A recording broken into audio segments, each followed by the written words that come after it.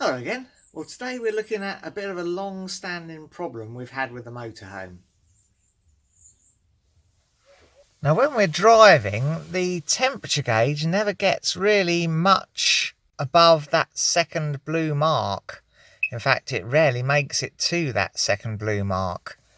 So I suspect we've either got a stuck thermostat or maybe someone's taken the thermostat out altogether.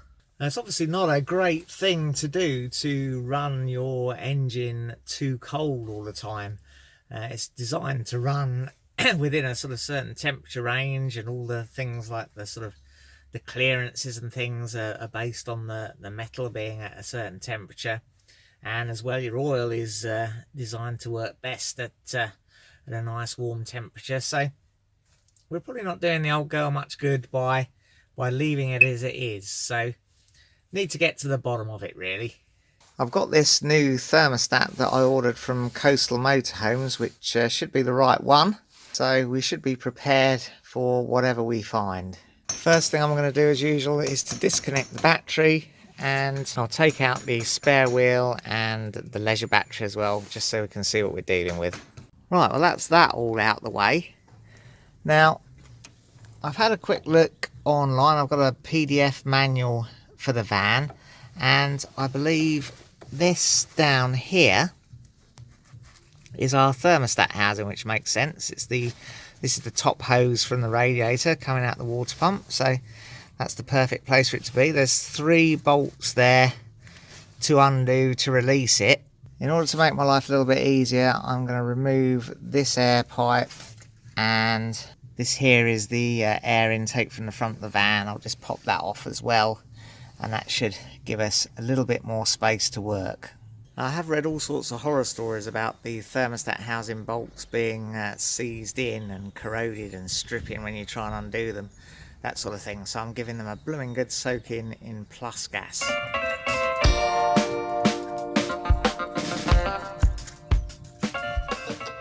Now, of course, because the thermostat housing sits lower than the top of the radiator, there's going to be this pipe full of water, and obviously if we just undo that, the water is going to pour out everywhere. So I'm going to drain a little bit off the top hose of the radiator first before I take that thermostat housing off. I've got some fresh antifreeze to put back in when we're finished, so I don't necessarily need to recover the antifreeze I'm draining off, but I'm going to catch it and dispose of it properly, because it's not good stuff to be letting just flow across the landscape.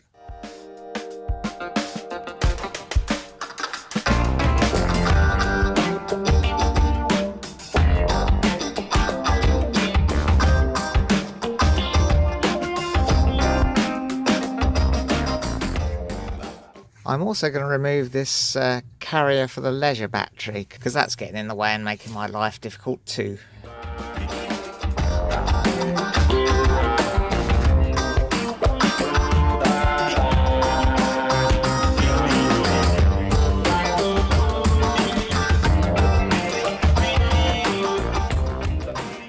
There we go, isn't that better? Look, I can see what I'm doing now and get to that much easier.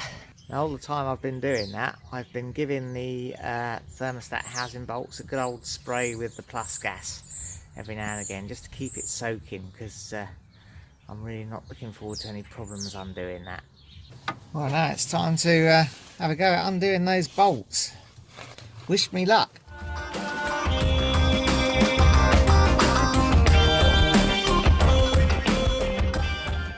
Well, that's turning. Let's try the others.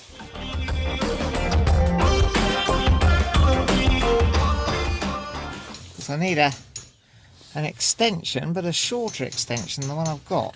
Let's try with this little flexible connector extension thing, whatever the proper name is for it. Right, well, it seems like we're in luck. All 3 are turning.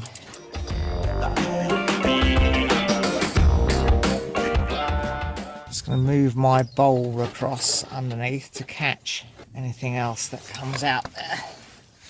Any residual coolant. Try and undo them a little bit evenly.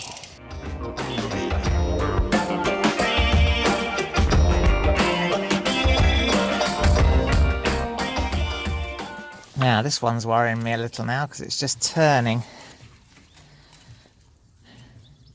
Didn't feel like anything broke or stripped, but yeah.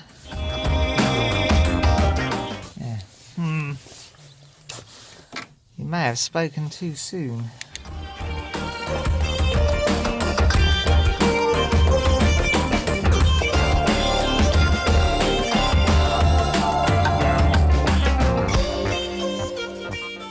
Yeah, so there's definitely something amiss there, isn't there?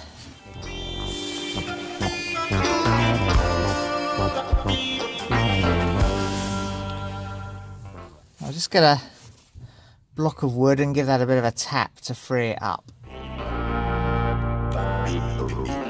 Good job I put that bowl under there, eh? It looks like it has got a thermostat in. Maybe we'll check the operation of that later. I'll just put a bit of polythene over the alternator to protect it from that coolant that's still going to keep dribbling out for quite some time, I think. But you can see the problem here is that stud has sheared off there. I'm going to give that more soaking in plus gas, then possibly we might be able to turn it out with the mole grips. We'll have to see. I'm going to let that have a good old soak in the plus gas and go in and have some lunch. Oh, well, I've had me lunch. The crack now is going to be to try and get some mole grips on there and see if we can turn that broken bit of stud out. It's been soaking in plus gas for probably about an hour or so, so hopefully we might have some luck with that.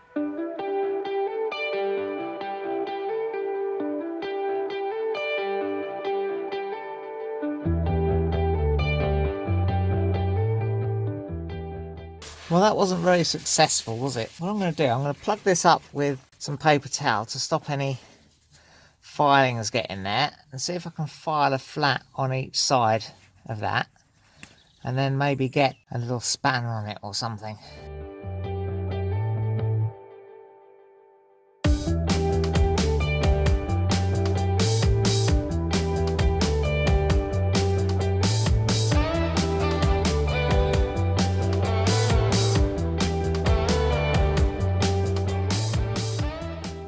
Oh, well, that's putting up quite a fight, isn't it? To give myself the best chance, I'm going to leave that soaking, perhaps overnight. I've had a little bit of luck before with leaving things to soak sort of a good few hours in the plus gas, just to let it properly penetrate. So we'll give that a shot. Obviously, we don't need to use the van for commuting or anything, so there's no desperate hurry. So just to give myself a little bit of a chance, I'm going to let that soak overnight, and in the meantime I'm going to have a bit of a look up about removing the water pump, because if we can't get that off, then I think the next step is going to be to remove the water pump so we can work on that and perhaps drill that stud out and re-tap it for a slightly larger size. Well, it is extremely cold this morning. I came out first thing and I gave that stud another soaking in plus gas before I went back in to answer a few emails and things. And I've just given it another soak, and I'm going to try applying a little bit of heat before I try and turn that stud out. Those flats that I filed onto it, I'm going to have many shots with those before you round those off. And of course, the more you try and file them back again, the less metal you've got and the less likely you are to succeed, I think. Now, I have taken the precaution of taking out that paper towel that I had in there to catch the swarf from filing the flats, because I don't really want to set fire to it, do I?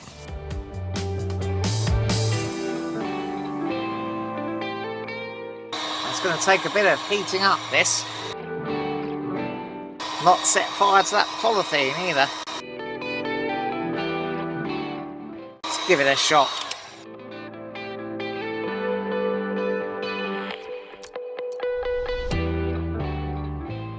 Yeah, that's really not moving that at all, is it? Well, this might look a bit weird, but it's something I've had success with before. I've taken my small bench vise off and I've clamped it within the jaws of the bench vise. I've applied quite a lot more heat, and think I am just about managing to turn it.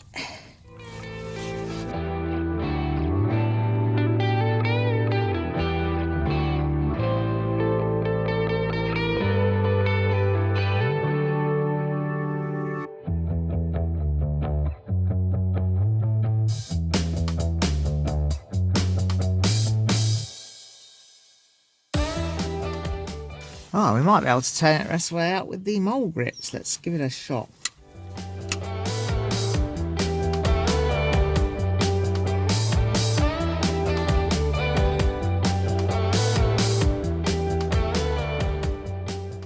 Well, there we go. There is our offending broken bolt end. Well, that was a good result, wasn't it? I'm pleased I managed to get that out without having to remove the pump and that thermostat housing. That would have been a much bigger job. Bit of an unorthodox choice of tool perhaps, but hey, if it works, I'm always happy to take yes for an answer, I think.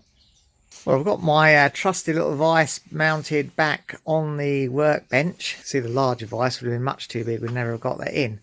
But we're not quite out of the woods yet, because the rest of the bolt is still jammed in the thermostat housing here, or the thermostat sort of housing cover thingy. So next job is to get that out. Hopefully that won't be quite as tricky.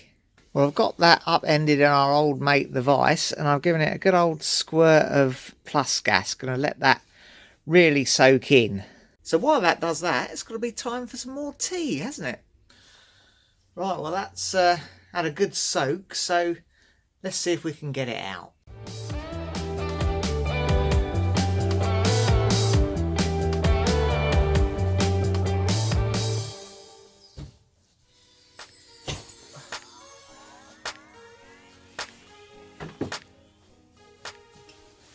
Ah, that wasn't so bad.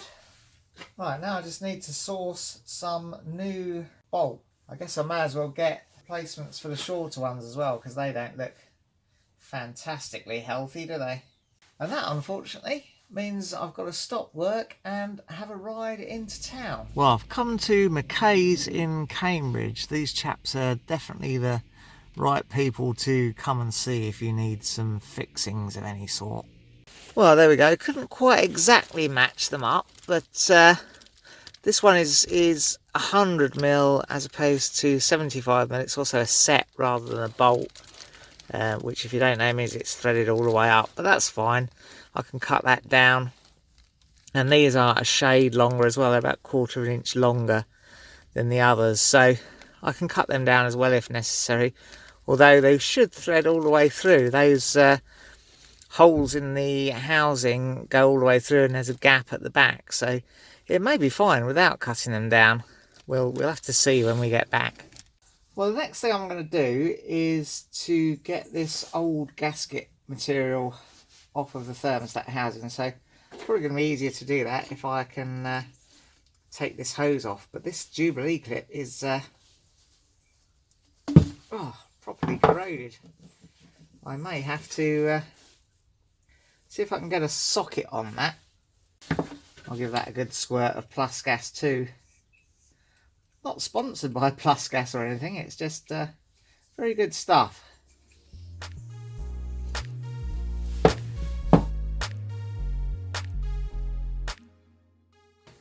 Now that's properly rusted up, isn't it? Well, we could just leave it on there, but it doesn't feel very satisfactory. I have got some new Jubilee clips here, so I've got a replacement ready to put on there. Maybe I will cut carefully through it. Trick is to, of course, not cut through the hose at all if you can help it. Ah, that's rubbish, that is, isn't it? Now once that's off, that actually separates pretty easily. I guess it'd be a good time as well to replace the hose, but I haven't got any suitable hose to go on there, so it doesn't look in bad condition, this hose, really. I think that'll be okay. I'm just going to use a nice new Stanley knife blade to scrape off the remains of this paper gasket.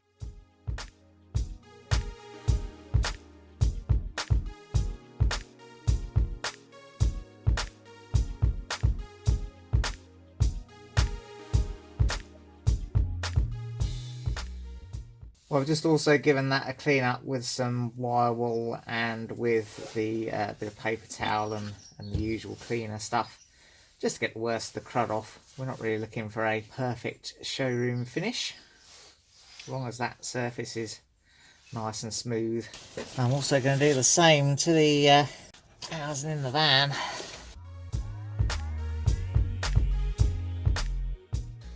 I just have to take you out of the way so I can get the rest of that.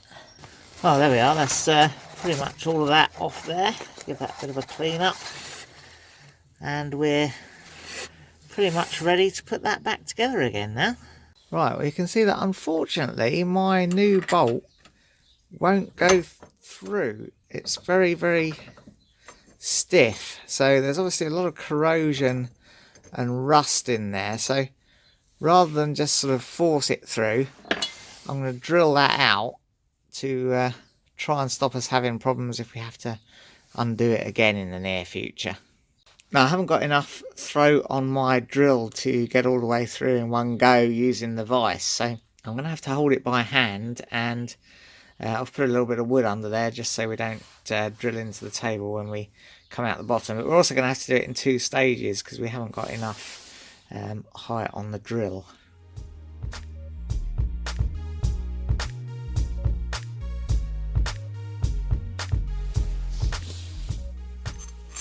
Okay, that's better. I'm also going to cut this long bolt down to somewhere near the length of the original one. Maybe leave it a little bit longer.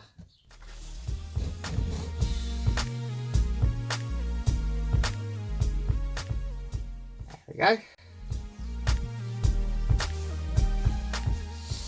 Right, now it's time to try and put it all back together. So the thermostat goes in.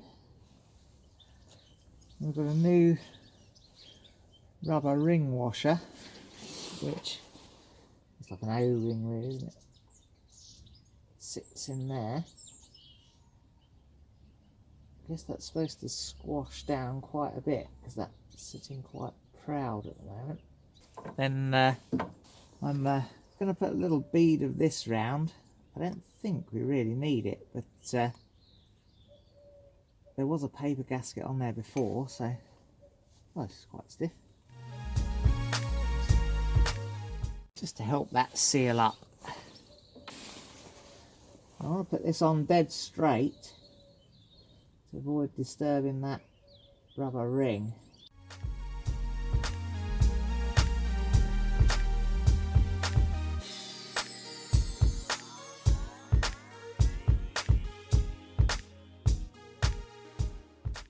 I'm actually going to have to trim these down a bit as well.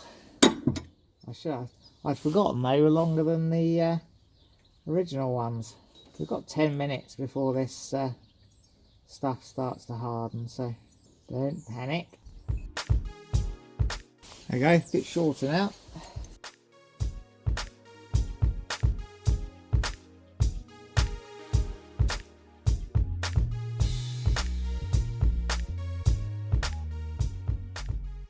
Again, don't really need them too tight, and you see that has crushed up that nice rubber washer. Well, I've washed out this top radiator hose in the kitchen sink. Don't tell Nikki, will you? And I've got 2 new Jubilee clips, so let's stick this back on.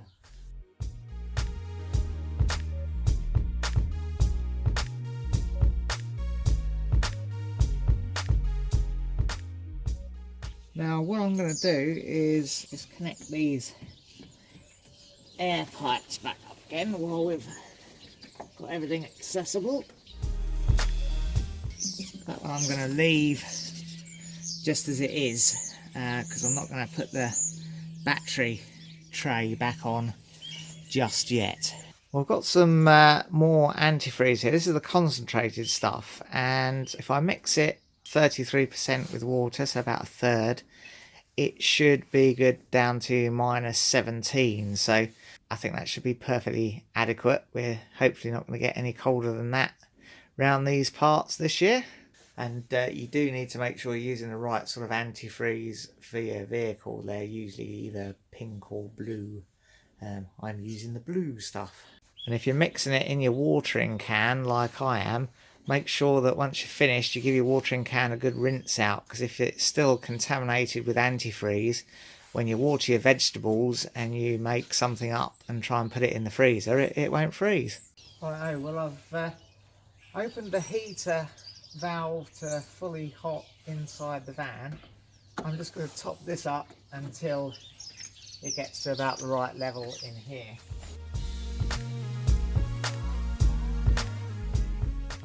Oh, I've actually filled it up a little bit too high because it's very difficult to see where the level is on this, so I'm just going to suck a little bit out of there. But first I'm just going to remove this little plug, which is extraordinarily tight. I'm going to need some pliers to remove that. Yeah, this is the vent from the heater in the cab. The heater sits an awful lot higher than the engine, so you need to let the air out of it if you drain some out. Probably better done with the engine running, I guess. What I'm going to do, I'm going to start the engine up with this cap off and just see if the level falls a little bit. But first, I'm going to need to reconnect the battery. Right, battery's reconnected. Let's fire her up.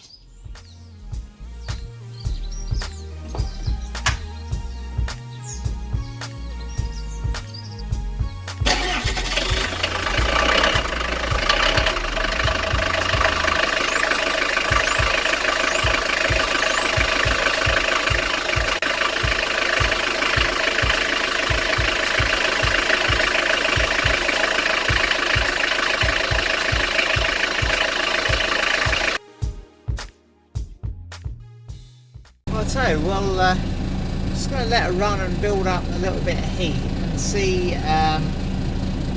if we can then vent any air that might be left in the heater. The thermostat won't open yet. When the thermostat opens, we might have to top up the water a little bit more, I guess. You can see at the moment she's still completely cold.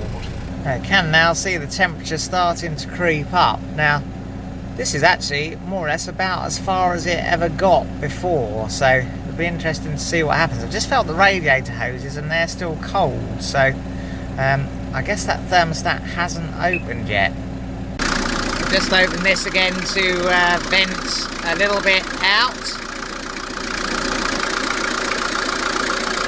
So there's definitely water up to there. Now that obviously has no air in it, that's good.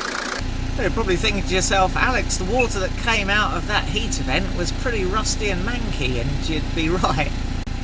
We did have a problem when we first bought the van with the heater matrix, and we did have it treated with K-Seal, which does seem to have solved the leak. It was flushed through at the time, it was power flushed at the time, but because of that leak I'm reluctant to interfere with it too much. The coolant coming out of the engine is quite clean, but I guess there's probably quite a bit of corrosion in that heater matrix, and that may come back to haunt us at some point, perhaps. Well, we're up to that first blue mark, and we're just going past the blue mark, so that's a little bit above where we'd normally have seen it before under normal conditions. Never really seen it get much above that, so let's see what happens in a few minutes. I'm also checking around that thermostat housing for leaks, but we look like we're good there. Well, the temperature continues to come up. I've never seen it that high before. The question is, of course, will it stop going up? Well, I'm starting to feel a little bit of heat in the radiator hoses now, so something's happening. Well, look at this. We're getting towards the normalish sort of mark now, so we'll hopefully soon start to see that needle stop rising. Well, there we go, we've got to there and we've got a temperature warning light come on, so I'm going to turn it off and have a look to see if we've got any loss of water anywhere. Okay, so what I've remembered about is this bleed screw on the top of the water pump, which maybe there's some air in the water pump and it's not circulating properly, so I've released the pressure very carefully. Remember, the water is pretty hot and will boil up, so I've released it very, very carefully from there. And now I'm carefully bleeding the air out of here, and there does seem to be some air in there. Right, so you've got to be super careful if you do that with the engine hot, because you could easily burn it. I wore gloves and all that sort of thing. But there was a bit of air come out, so let's try again and see if we can not have it overheating. Well, so we're back in the blue on starting up. So we've lost quite a bit of heat. Let's give it a few minutes and see what happens. Well, we're getting colder. My guess is that air in the pump was stopping the pump circulating the water. And now we're circulating the water and we've got a big cold slug of water from the radiator going through the engine. Hopefully that's what's happening, because that would be a good thing, I guess. Yeah, and this pipe is much warmer than it was before. It was only slightly warm before, but now it's properly, I wouldn't say hot, but properly warm. Right, well, interestingly, that temperature needle is now, seems to be sitting exactly where it always used to sit with the old thermostat. I think what I'm going to do is I'm going to have some lunch, and then I'm going to put everything back together, the battery cradle and the air intake, that sort of thing, and then take it for a run, see what happens. Well, I've brought the van out for a good run, done probably about 10 miles, and look, temperature gauge is on the top blue mark, exactly where it always used to sit with the other thermostat. So chances are all that was a bit of a waste of time. I was convinced that it was running too cold, and I was almost certain I'd find that someone had taken the thermostat out. But obviously, perhaps that's exactly the temperature it's supposed to run at. But what do you think? Let me know in the comments. I would have thought it should run warmer than that myself. I suppose it's possible that the gauge is reading a little bit low. Maybe the gauge or the sensor is faulty. Well, that's all for now. If you enjoyed it, press like. Subscribe if you want to see some more. And ring the bell to be notified when we upload something new.